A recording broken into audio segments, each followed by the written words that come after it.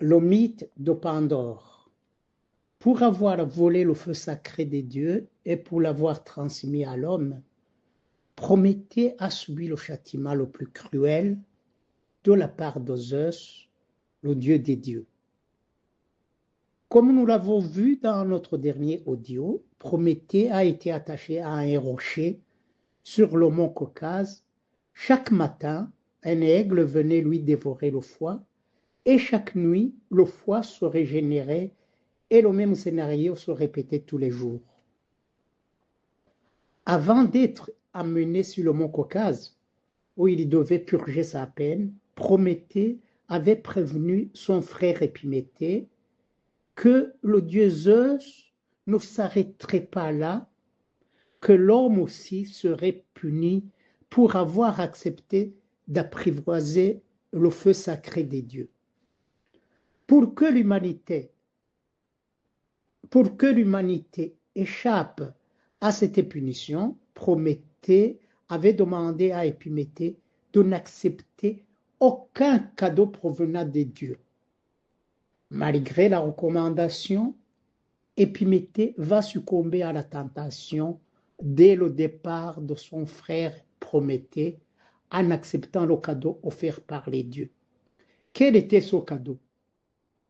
Au moment où Épiméthée commençait à s'ennuyer du départ de son frère, il a reçu la visite d'Hermès, le messager des dieux.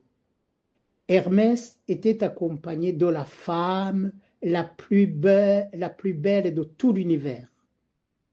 Et cette femme s'appelait Pandore. Pandore signifie doué de tous les dons. Dès qu'il déposa l'œil sur Pandore, Épiméthée tomba fou amoureux d'elle et l'épousa sans réfléchir. D'où provenait Pandore? Dans son plan de vengeance, Zeus a demandé à Héphaïstos, dieu forgeron, de façonner la plus belle créature à l'image des dieux.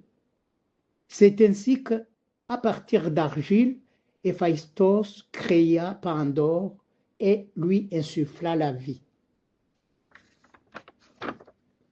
À la demande de Zeus, d'autres divinités participèrent au projet. C'est ainsi qu'Athéna, déesse de la sagesse et de la raison, accorda la sagesse et l'art du tissage. Aphrodite, déesse de l'amour, la beauté et du plaisir, lui accorda la beauté, tandis que Hermès lui donna la ruse et Héra, reine des dieux et déesse du mariage, lui accorda la curiosité. Comment le cadeau s'est transformé en punition? Avant d'être offerte à Épiméthée, Pandore avait reçu des dieux une boîte en cadeau. Cependant, il lui était interdit de l'ouvrir.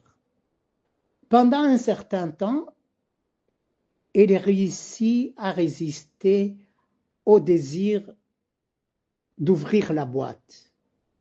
Mais finalement, la curiosité que Pandore avait reçue de la déesse Héra a fini par être trop forte et l'a poussé à ouvrir la boîte.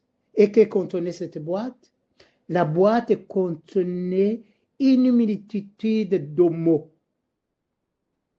Dès qu'elle l'ouvrit, tous les malheurs sortirent de la boîte et se répandirent au monde entier. La faim, la maladie, la méchanceté, la jalousie, la guerre, j'en passe. À partir de ce moment, l'homme qui jusque-là vivait un âge d'or, un paradis sur terre, commença à souffrir. Puni de la sorte, pourquoi l'homme continue à s'attacher à la vie?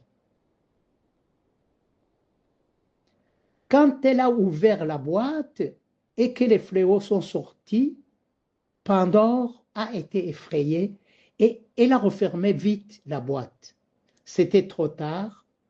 Tous les mots étaient sortis, sauf l'espérance. Pour certains, l'espoir qui est resté emprisonné dans la boîte signifie l'ultime refuge pour l'homme qui a tout perdu.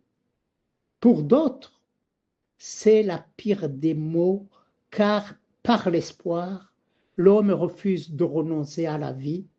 Ainsi, Zeus peut prolonger indéfiniment la punition infligée aux hommes.